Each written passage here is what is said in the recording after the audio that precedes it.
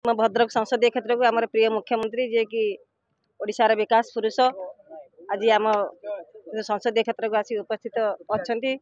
ଆମର ଯେ ଭିକେ ପାଣ୍ଡିଆନ ମଧ୍ୟ 5T ର ଅଧ୍ୟକ୍ଷ ସେ ମଧ୍ୟ ଉପସ୍ଥିତ ଅଛନ୍ତି। ଆମ ଓଡ଼ିଶା ନବୀନ ଓଡ଼ିଶା ଆଜି ବିକାଶ ପଥରେ ଆଗେଇ ଚାଲିଛି। ଆମ ପ୍ରିୟ ମୁଖ୍ୟମନ୍ତ୍ରୀଙ୍କର ଯେଉଁ ପ୍ରୟାସ ଓଡ଼ିଶାକୁ 1 ନମ୍ବର କରିବେ ତେଣୁ ଆମ ଭଦ୍ରକ ଜିଲ୍ଲାକୁ ମଧ୍ୟ କୋଟି କୋଟି ଟଙ୍କା ଅନୁଦାନ ଦେଇଛନ୍ତି।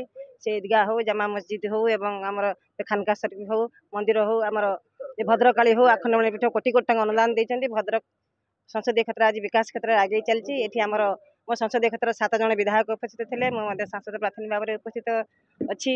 ତେଣୁ ସମସ୍ତଙ୍କୁ ଆମ ପ୍ରିୟ ମୁଖ୍ୟମନ୍ତ୍ରୀ ଅନୁରୋଧ କଲେ ଏ 2ଟି ସଂଖ୍ୟାର ସମସ୍ତେ ଭୋଟ ଦେବେ। ଆମ ପ୍ରିୟ ମୁଖ୍ୟମନ୍ତ୍ରୀ 6ଠ ଥର ପାଇଁ ମୁଖ୍ୟମନ୍ତ୍ରୀ ହେବାକୁ ଯାଉଛନ୍ତି। ଏତେ ଲମ୍ବା ସମୟ ଧରି ଦୀର୍ଘ 24 ବର୍ଷ ଧରି ଆଜି ସୁଶାସନ ଯୋଗାଇ ଦେଉଛନ୍ତି। ଯେ ବିଭିନ୍ନ ପ୍ରକାର ଯୋଜନା ଆଜି ସାଧାରଣ ଲୋକମାନଙ୍କ ପାଖରେ ପହଞ୍ଚିଛି। ବିଶେଷ କରି ସେ ମହିଳାମାନଙ୍କୁ ଗୁରୁତ୍ୱ ଦେଉଛନ୍ତି। ମହିଳା ସଶକ୍ତିକରଣ ଏବଂ ମିଶନ ଶକ୍ତି ନାମରେ ଏକ ସ୍ୱତନ୍ତ୍ର ବିଭାଗ ମଧ୍ୟ ସୃଷ୍ଟି କରିଛନ୍ତି ଏବଂ ସେ ନିର୍ବାଚନ ଇସ୍ତାହାରରେ ପ୍ରକାଶ କରିଛନ୍ତି ଜୁଲାଇ 1 ଠାରୁ 100 ୟୁନିଟ୍ ପର୍ଯ୍ୟନ୍ତ ବିଦ୍ୟୁତ୍ ଛାଡ଼ କରିବେ ଏବଂ ମିଶନ ଶକ୍ତିର ମାଆମାନଙ୍କୁ ଯେ 60 ବର୍ଷ ହେଲେ ସେ ମଧ୍ୟ ପେନସନ୍ ଯୋଗାଇ ଦେବେ ଏବଂ ଯୁବକମାନଙ୍କ ପାଇଁ ମଧ୍ୟ ଯୁବ ବଜେଟ୍ ଆସୁଛି। ଆସନ୍ତା ଯେଉଁ ପ୍ରିୟ ମୁଖ୍ୟମନ୍ତ୍ରୀ ଶପଥ ନେବେ ଏ ବିଧାନସଭା ବସିବ ଯୁବ ବଜେଟ୍ ଆସିବ ଏବଂ ଏହିପରି ବିଭିନ୍ନ ପ୍ରତିଶ୍ରୁତି ଦେଇଛନ୍ତି। ତେଣୁ ମୁଁ ମଧ୍ୟ ସାଂସଦ ପ୍ରାର୍ଥୀ ଭାବରେ ସମସ୍ତଙ୍କୁ ଅନୁରୋଧ କରିଛି ଯେ ସମସ୍ତେ 2ଟି ସଂଖ୍ୟାରେ ଭୋଟ ଦେବେ। ଭଦ୍ରକ ସଂସଦୀୟ କ୍ଷେତ୍ରରେ ବିଜୁ ଜନତା ଦଳର ଦୃଢ଼ ସଂଗଠନ ରହିଛି ଏବଂ ମୋ ସଂସଦୀୟ କ୍ଷେତ୍ରରେ 7 ଜଣ ବିଧାୟକ ମଧ୍ୟ ବିଜୟ ଲାଭ କରିବେ ବୋଲି ମୁଁ ଆଶା ଏବଂ ବିଶ୍ୱାସ ରଖିଛି। ମୁଁ ମଧ୍ୟ ସାଂସଦ ପ୍ରାର୍ଥୀ ଭାବରେ ସମସ୍ତଙ୍କୁ ନିବେଦନ ରହିଲା, ସମସ୍ତଙ୍କୁ ଅନୁରୋଧ ରହିଲା, ସମସ୍ତେ ଜୁନ୍ 1 ତାରିଖ ଦିନ ବୁଥକୁ ଯାଇ 2ଟି ସଂଖ୍ୟାରେ ଭୋଟ ଦେବେ। ତେଣୁ ସମସ୍ତଙ୍କୁ ଧନ୍ୟବାଦ। ଆପଣମାନେ ଦେଖନ୍ତୁ ପ୍ରିୟ ମୁଖ୍ୟମନ୍ତ୍ରୀ 4.5 କୋଟି ଓଡ଼ିଆଙ୍କର ଆଶାର ଭରସା ସମସ୍ତ ପରିବାର ବୋଲି ଭାବିଛନ୍ତି।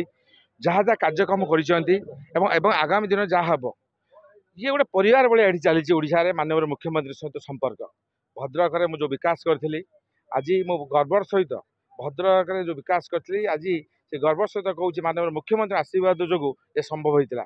ଏବଂ ଆଜି ମୁଁ ଏଠି ଭଣ୍ଡାରୀପୁର ନିର୍ବାଚନ ମଣ୍ଡଳୀ ଆସିଛି ମୋତେ ବହୁତ ଖୁସିରେ ଲୋକମାନେ ଗ୍ରହଣ କରିଛନ୍ତି ଏବଂ ପାଣ୍ଡିଆନ ସାର୍ ଆପଣ ଦେଖିଥିବେ କିପରି ତାଙ୍କ ଭାଷଣରେ ଭଦ୍ରକ କ'ଣ ହେଇଛି ସବୁ କହିଲେ ଏବଂ ମାନନୀୟ ମୁଖ୍ୟମନ୍ତ୍ରୀ ଭଦ୍ରକର ବିକାଶ ଏବଂ ମୁଁ ଯେଉଁ ଆଜି ପ୍ରତିଶ୍ରୁତି ନେଇଛି ଭଣ୍ଡାରୀପୁର ବିକାଶକୁ ଯେପରି ଭଦ୍ରକ କରିଥିଲି 5 ବର୍ଷ ଭିତରେ ସେହିଭଳି ଭଣ୍ଡାରୀପୁର ବିକାଶକୁ ଶ୍ରେଷ୍ଠ ସ୍ଥାନ ପହଞ୍ଚାଇବି ଏବଂ ସେଠୁ ମଧ୍ୟ ଯାହା ଅର୍ଥ ହେବ ସାର୍ ମୋତେ ନିଶ୍ଚିତ ଏଇ ନିର୍ବାଚନ ଦେବେ।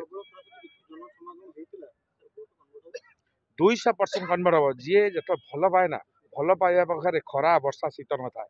ଇଏ ହେଉଛି ଭଲ ପାଇବାର ସମ୍ପର୍କ। ଏ ଭଲ ପାଇବା ସମ୍ପର୍କରେ ଆଜି ଆପଣ ଦେଖନ୍ତୁ 50,000 ଊର୍ଦ୍ଧ୍ୱ ଲୋକ ପାଛୋଟି ଆସିଥିଲେ।